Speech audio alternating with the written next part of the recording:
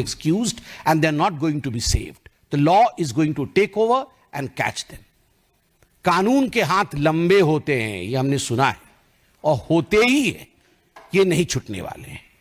और यही फ्रस्ट्रेशन है, राहुल गांधी जी का यही फ्रस्ट्रेशन है कि आज वो विदेश की भूमि में जाकर भारत और भारत के महान लोकतंत्र को अपमानित कर रहे हैं, उसे बदनाम कर रहे हैं. बॉस्टन के ब्राउन यूनिवर्सिटी में उनका कोई लेक्चर होना है. वो लगभग 3 दिन की ट्रिप में यूएस पहुंचे हैं. और विडंबना देखिए, जब यूएस के उपराष्ट्रपति भारत में हैं, उस समय यूएस की भूमि में जाकर भारत को अपमानित और भारत के लोकतंत्र के खिलाफ कहना, यह आदत ऐसी ही है कांग्रेस पार्टी की. आप याद करिए, जब कॉमनवेल्थ हो रहा था उस समय भी यूएस में जाकर, और उस समय भारत में भारत के खिलाफ राहुल गांधी और उनके तमाम जो उनके नेतागण हैं वो कह रहे थे. राहुल जी अमेरिका में जाके इलेक्शन कमीशन को कॉम्प्रोमाइज्ड बताते हैं. वो कहते हैं कि महाराष्ट्र के चुनाव में जिस प्रकार का मतदान हुआ वो एक तरह से फर्जीवाड़ा था. महाराष्ट्र में भारतीय जनता पार्टी को और उनके अलाइज को जीतना नहीं था, और कहीं ना कहीं इलेक्शन कमीशन ने हमारे साथ समझौता किया. मैं राहुल जी से पूछना चाहता हूं, राहुल जी, झारखंड भी तो उसी समय चुनाव हुआ था.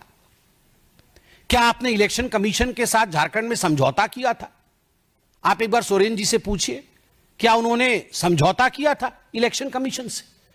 प्रियंका वाड्रा, उसी चुनाव में जो बाई इलेक्शन हुए थे, उसी समय उसी कालखंड में जो बाई इलेक्शन हुए थे, उस बाई इलेक्शन में वो जीत के सदन में आई पैलेस्टाइन का बैग टांग करके.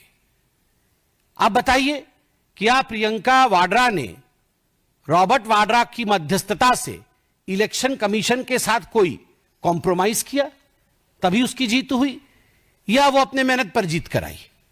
आप ये बताइए कि 240 सीट जब भारतीय जनता पार्टी को विगत लोकसभा 2024 के लोकसभा में जब हमें 240 सीट और आपको 99 सीट मिली, तो आपने पूरे देश में और सदन में भी डिंडोरा पीटा कि ये भारतीय जनता पार्टी की हार है और ये कांग्रेस पार्टी की जीत है.